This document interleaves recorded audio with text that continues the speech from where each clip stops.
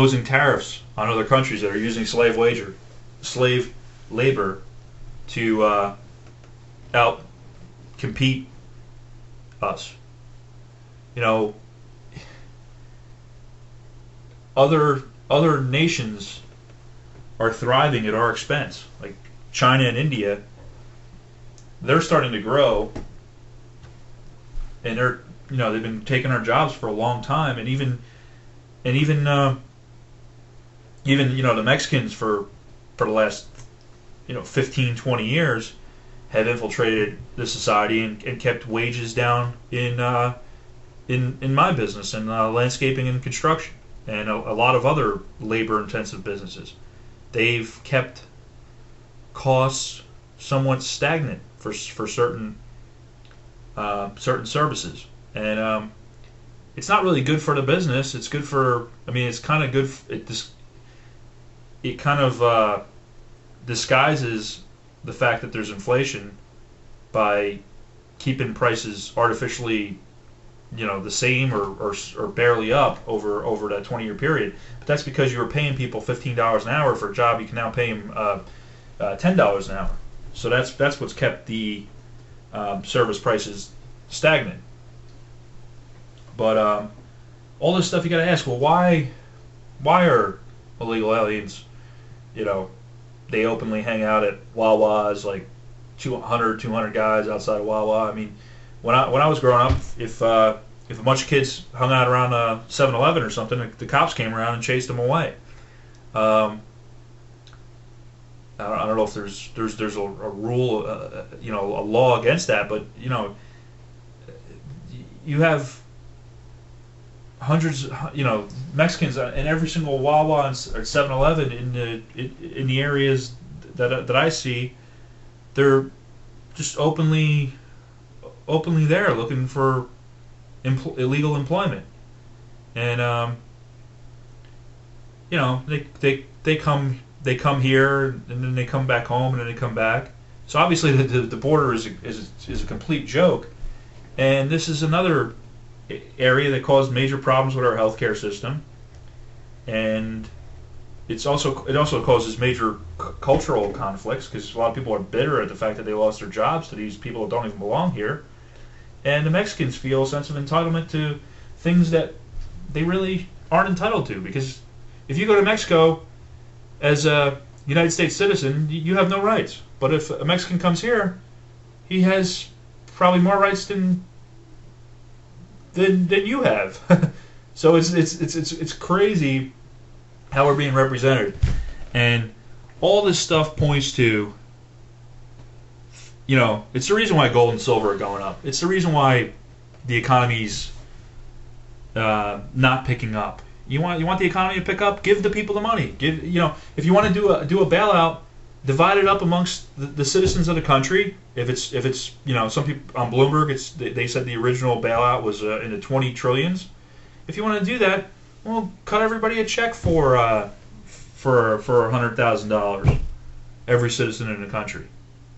Yeah, you're gonna decrease, you're gonna affect the currency, but at least everyone's gonna somewhat benefit from the dilution. Right now, you get the dilution, but you don't get any of the benefit, which is crazy. So, I just wanted to get started again.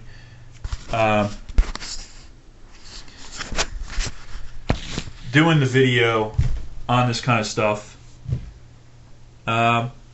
because it's so important, and this is kind of where I'm going to go with my videos in the next,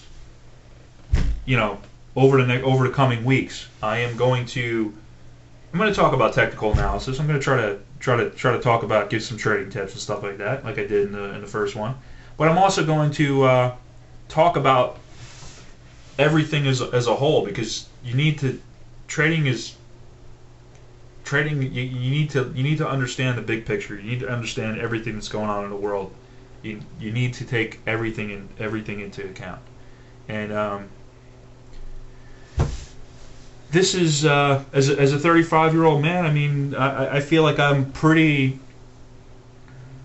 knowledgeable about a lot of things, and I study I study these, what happened with the World Trade Center. I study what happened, happened with the underwear bomber last year and how that looked like it was a government setup, and what's going on with the naked body scanners and laws trying to take away people's guns and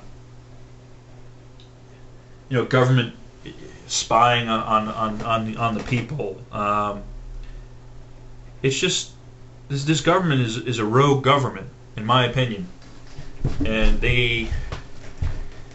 it's not just one person. It's the system has been corrupted to the extent where you need some sort of real revolution. Now, I don't think it necessarily has to be. I don't think it has to be violent. I think it has to be mentally, because people are being brainwashed on a daily basis, and people don't understand what's going on. If more people just saw what people that are involved in the finance community see, and other people that actually follow these guys like an Alex Jones, if you watch him for a few weeks or a few months, you're gonna realize what's going on and how you're being scammed, and how these elites are really ripping you off and ripping your friends and your family off. And even if you're doing well in the system, you have to realize if the system is this corrupt, it's eventually going to bite you in the ass too. So you need to know what's going on. The government doesn't love you. I mean, it's people get into powers, into control positions because a lot of times because they want the power, they want the control, so they want to get more and more power, more and more control. So these can generally be some dangerous, potentially dangerous people. So that's why people need to stop paying so much attention to all these nonsensical things, such as American Idol or Dancing with the Stars, or whatever the fad TV show is at the time, or what the Giants or the Cowboys are doing. And yeah, they do need to stop the Federal Reserve from doing what they're doing. Stop the ridiculousness with the terrorism stuff. Stop the war. Pull everybody back. Let's get our house in order. Let's balance the budget. Let's not cut down on government spending, and let's give people back a good quality of life. All right, this is I'm gonna end it here. Been ranting on a little bit. I am going to put together a video talking about how things have been taken down, I feel, by design. All right, have a good night, everybody.